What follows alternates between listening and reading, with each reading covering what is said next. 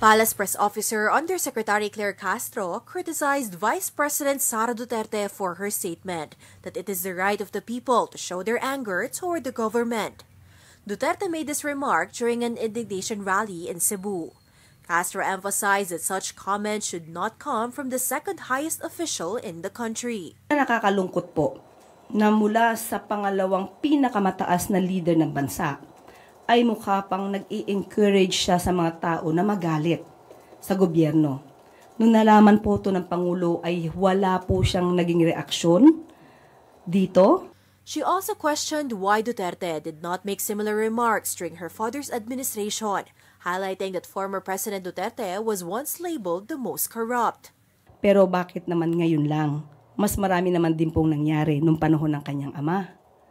So parang ang pag-encourage po ba niya na magalit ang tao, meron po ba itong link doon sa sinasabing destabilization? At pinapatungkulan palagi na ang taong bayan ay dapat nang kumilos laban sa gobyerno. Meanwhile, Castro defended President Bongbong Marcos for his strong statement since the campaign period. She clarified that the president was simply expressing his thoughts to show that he is not a weak leader. Karapatan din po ng Pangulo na magsalita kung ano po yung kanyang damdamin. Ito naman din po ay para mapakita sa tao kung ano ba yung katotohanan. Mahirap po na yung isang party lang ang sumusuntok. Kailangan din po tayong sumangga.